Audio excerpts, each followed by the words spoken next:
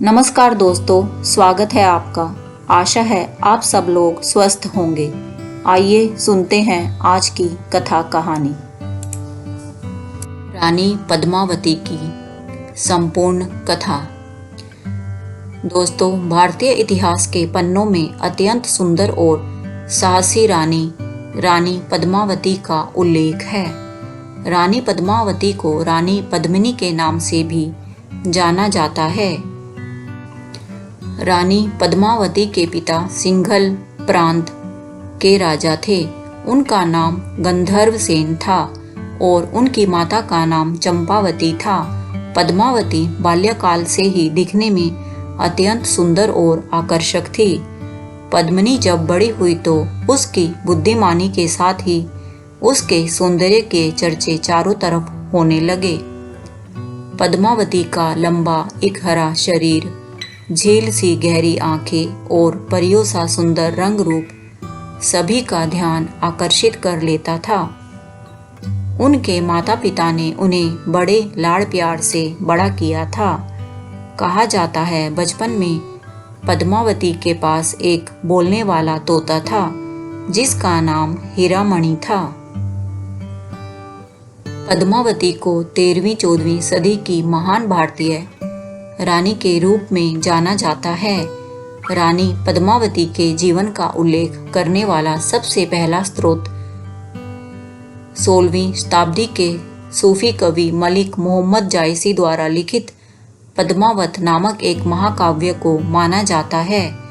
यह महाकाव्य 1540 ईस्वी में अवधी भाषा में लिखा गया था। हालांकि इसका कोई सबूत नहीं है कि पद्मावती अस्तित्व में है और अधिकांश आधुनिक इतिहासकारों ने 13वीं सदी की रानी पद्मावती के अस्तित्व को खारिज कर दिया है। उनके पिता रानी पद्मावती के प्रति काफी सुरक्षात्मक थे, जिसके चलते उन्हें पद्मावती का किसी और से बात करना पसंद नहीं था, जिसके कारण पद्मावती का लगाव एक तोते से हो गया। जब उनके पिता को तोता हीरामणि व पद्मावती के घनिष्ठ संबंधों के बारे में पता चला तो उनके पिता ने तोते को मारने का आदेश दे दिया। हालांकि वह तोता अपनी जान बचाकर वहां से उड़ गया। उसी दौरान एक शिकारी ने तोते को पकड़ लिया और उसे एक ब्राह्मण को बेच दिया। उस ब्राह्मण ने वह तोता चित्तौड़ के राजा रतन सिंह को बेच दिया, क्योंकि राजा रतन सिंह उस तोते के क्रियाकलापों से काफी प्रभावित थे। उस तोते ने राजा रतन सिंह के समक्ष रानी पद्मावती की सुंदरता की काफी प्रशंसा की, जिसके बाद राजा रतन सिंह पद्मावती से मिलने के लिए व्याकुल हो गए, जिसके कारण राजा रतन सिंह ने रानी पद्मावती से विवाह करने का निश्चय किया और अपने 16,000 सैनिकों के साथ 7 समुद्र पार सिंघल साम्राज्य की ओर प्रस्थान किया। राजा रतन सिंह ने अपने 16,000 सैनिकों के साथ सिंघल साम्राज्य पर आक्रमण किया तो राजा रतन सिंह को पराजय का सामना करना पड़ा और उसके बाद उसे कैद कर लिया गया। जैसे ही रतन सेन को फांसी दी जाने वाली थी, उनके साम्राज्य के गायक ने वहां मौजूद लोगों को बताया कि रतन सेन दरअसल चित्तौड़ के राजा हैं। यह सुनने के बाद गंधर्व सेन ने पद्मावती का विवाह रतन सिंह के साथ करने का निर्णय लिया और साथ ही साथ रतन सेन के साथ आए हुए 16,000 सैनिकों का विवाह भी सिंघल साम्राज्य की 16,000 पद्मनियों के साथ संपन्न करवा दिया। जल्द ही रतन सेन को एक संदेशवाहक पक्षी के द्वारा संदेश प्राप्त हुआ कि उनकी पहली पत्नी नागमती रतन सेन के लिए वापस चित्तौड़ लौट रही हैं। यह संदेश प्राप्त करने के पश्चात रतन सेन ने तुरंत चित्तौड़ लौटने का फैसला किया। राजा रावल रतन सिंह रण कौशल और राजनीति में निपुण थे। उनका भव्य दरबार एक से बढ़कर एक महावीर योद्धाओं से भरा हुआ था। चित्तौड़ की सैन्य शक्ति और युद्ध कला दूर दूर तक मशहूर थी।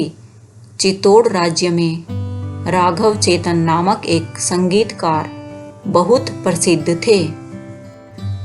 महाराजा रावल रतन सिंह उसे बहुत मानते थे, इसलिए राज दरबार में राघव चेतन को विशेष स्थान दिया गया था। चित्तौड़ की प्रजा और वहां के महाराज को उन दिनों यह बात मालूम नहीं थी कि राघव चेतन संगीत कला के अतिरिक्त जादू टोना भी जानते थे।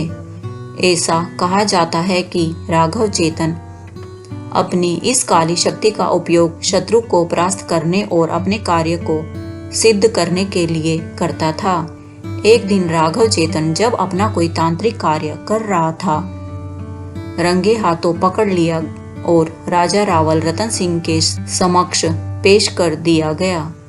सभी साक्ष्य और फरियादी पक्ष की दलील सुनकर महाराजा ने राघव चेतन को दोषी पाया और तुरंत उसका मुंह काला करके गधे पर बैठाकर देश से निकाल दिया। अपने अपमान और राज्य से निर्वासित किए जाने पर राघव चेतन बदला लेना चाहता था। अब उसके जीवन का एक ही लक्ष्य रहा था और वह था चित्तौड़ के महाराज रावल रतन सिंह का संपूर्ण विनाश। अपने इस उद्देश्य के साथ वह दिल्ली राज्य चला गया। वहां जाने का उसका मकसद दिल्ली के बादशाह अलाउद्दीन खिलजी को उकसाकर चित्तौड़ पर आक्रमण करवाकर अपना प्रतिशोध पूरा करने का था। 12वीं और 13वीं सदी में दिल्ली की गद्दी पर अलाउद्दीन खिलजी का राज था। उन दिनों दिल्ली के बादशाह से मिलना इतना आसान नहीं था, इसलिए राघव चेतन दिल्ली के पास स्थित एक जंगल में अपना डेरा डालकर रहने लगा, क्योंकि वह जानता था कि दिल्ली के बादशाह अलाउद्दीन खिलजी शिकार के शौकीन हैं। और एक दिन जब सुल्तान अलाउद्दीन शिकार खेलने गया तो उन्हें बांसुरी की सुरीली आवाज सुनाई पड़ी। वह राघव चेतन ही था। अलाउद्दीन खिलजी फौरन राघव चेतन को अपने पास बुला लेता है और राज दरबार में आकर अपना हुनर प्रदर्शित करने का प्रस्ताव देता है। तभी चालाक राघव चेतन अलाउद्दीन खिलजी से कहता है, आप मुझे जैसे साधारण कलाकार को अपने राज्य दरबार की शोभा बनाकर क्या पाएंगे? अगर हासिल ही करना है तो अन्य संपन्न राज्यों की ओर नजर दौड़ाइए, जहां एक से बढ़कर एक बेशकीमती नगीने मौजूद हैं और उन्हें जीतना और हासिल करना भी सहज है। अलाउद्दीन खिलजी तुरंत राघव चेतन को पहेलियां बुझाने की बजाय साफ साफ अपनी बात बताने को कहता है। तब राघव चेतन चित्तौड़ राज्य की सैन्य शक्ति, चित्तौड़गढ़ की सुरक्षा और वहां की संपदा से जुड़ा एक एक राज खोल देता है और राजा रावल रतन सिंह की धर्मपत्नी रानी पद्मावती के अद्भुत सौंदर्य का बखान भी कर देता है। यह सब बातें जानकर अलाउद्दीन खिलजी चित्तौड़ राज्य पर आक्रमण करके वहां की संपदा लूटने, वहां कब्जा करने और रानी पद्मावती को हासिल करने का मन बना लेता है। कहा जाता है कि रानी की सुंदरता का बखान सुनकर अलाउद्दीन उस पर मोहित हो गया था। उसे लगने लगा था कि ऐसी सुंदर रानी तो उसके महल में ही होनी चाहिए। सुल्तान खिलजी रानी पद्मावती की एक झलक पाने को बेताब था, इसलिए चित्तौड़गढ़ किले की घेराबंदी के बाद खिलजी ने राजा रतन सिंह को ये कहकर संदेशा भेजा कि वो रानी पद्मावती से मिलना चाहता है। उनसे मिलने के बाद वो वहां से चला जाएगा। रतन सिंह के महल पहुंचकर भी खिलजी रानी का चेहरा नहीं देख सका, क्योंकि परंपरा के अनुसार रानी किसी पराये मर्द को अपना मुंह नहीं दिखाती और घूंघट में ही रहती थी। यह जानकर अलाउद्दीन खिलजी ने रतन सिंह से आग्रह किया कि वह रानी को देखना चाहते हैं, लेकिन रानी ने मना कर दिया। रतन सिंह ने रानी को समझाया कि खिलजी एक बहुत बड़े साम्राज्य के सुल्तान हैं, उन्हें मना करना ठीक नहीं होगा। यह सब जानकर रानी मान गई, लेकिन रानी ने एक शर्त रखी कि खिलजी शीशे में उन्हें देख सकता है, वो भी रतन सिंह और कुछ दासियों के सामने। यह शर्त खिलजी ने स्वीकार कर ली थी। रानी पद्मावती के सुंदर चेहरे को कांच के प्रतिबिंब में जब अलाउद्दीन खिलजी ने देखा तो उसने सोच लिया कि रानी पद्मिनी को अपना बनाकर ही रहेगा। अलाउद्दीन को उसके शिविर में वापस भेजने के लिए जब रतन सिंह उसे बाहर छोड़ने के लिए जा रहा था तो खिलजी ने मौका देखकर रतन सिंह को बंदी बना लिया और पद्मावती की मांग करने लगा। चौहान राजपूत सेनापति गोरा और बादल ने सुल्तान को हराने के लिए एक चाल चलते हुए खिलजी को संदेशा भेजा कि अगली सुबह पद्मावती को सुल्तान को सौंप दिया जाएगा। अगले दिन सुबह भोर होते ही 150 पालकियां किले से खिलजी के शिविर तक रवाना हुई। पालकियां वहां रुक गई जहां पर रतन सिंह को बंदी बनाकर रखा गया था। पालकियों को देखकर जब रतन सिंह ने सोचा कि वह पालकियां किले से आई हैं और उनके साथ रानी भी यहाँ आई होगी, तब वह अपने आप को बहुत अपमानित समझने लगे। उन पालकियों में न ही उनकी रानी और न ही दासियां थी। अचानक से उनमें से सशस्त्र सैनिक निकले और रतन सिंह को छुड़ा लिया।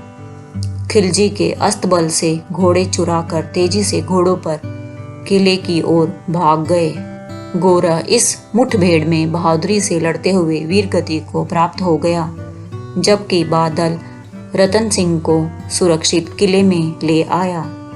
जब रतन सेन को दिल्ली में कैद किया गया था, उसी समय चित्तौड़ के पड़ोसी राज्य कुंभलनेर के राजा देवपाल का भी रानी पद्मावती के प्रति आकर्षण हो गया था, जिसके चलते राजपूत राजा देवपाल ने एक दूत के द्वारा रानी पद्मावती को विवाह का प्रस्ताव भेजा।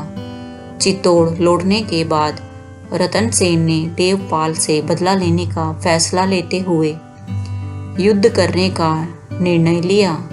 परिणाम स्वरूप इस एकल युद्ध में राजा देवपाल मारे गए और रतन सेन भी अत्यधिक घायल हो गए। दूसरी ओर अपनी हार को देखकर खिलजी बहुत शर्मिंदा हुआ और उसने इस धोखे का बदला लेने का निश्चय किया। उसने तुरंत ही चित्तौड़गढ़ किले पर आक्रमण कर दिया। अलाउद्दीन की सेना ने किले में प्रवेश करने के लिए बड़ी कोशिश की, लेकिन वह नाकाम रही। इसके बाद अलाउद्दीन ने किले की घेराबंदी करने का निश्चय किया। घेराबंदी इतनी कड़ी थी कि किले में खाद्य आपूर्ति धीरे धीरे समाप्त होने लग गई। अंत में रतन सिंह ने द्वार खोलने का आदेश दिया और अलाउद्दीन के सैनिकों से लड़ते हुए रतन सिंह वीरगति को प्राप्त हो गए। यह सूचना पाकर रानी पद्मावती ने सोचा कि अब सुल्तान की सेना चित्तौड़ के सभी पुरुषों को मार देगी। तब चित्तौड़ की औरतों के पास दो ही विकल्प रहे, या तो वह जौहर के लिए प्रतिबद्ध हो या विजय सेना के समक्ष अपना निरादर सहे। रानी पद्मावती के सामने दो विकल्प रह गए, या तो वह मुगलों के सामने आत्मसमर्पण करे या फिर जौहर व्रत करे। उन्होंने निर्णय लिया कि दुश्मनों के सामने आत्मसमर्पण करने से अच्छा है कि देश की आन बान के लिए अपना बलिदान दिया जाए।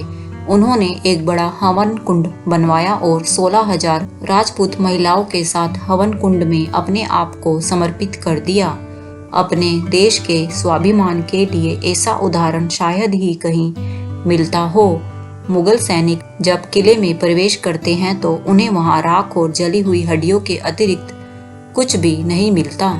दोस्तों, जौहर एक ऐसी प्रक्रिया है जिसमें शाही महिलाएं अपने दुश्मन के साथ रहने की बजाय स्वयं को एक विशाल अग्निकुंड में न्यौछावर कर देती हैं। इस तरह रानी पद्मावती ने खुद का जौहर कर आत्महत्या कर ली थी, जिसमें एक विशाल अग्निकुंड में चित्तौड़ की सभी महिलाएं खुशी से कूद गई थी।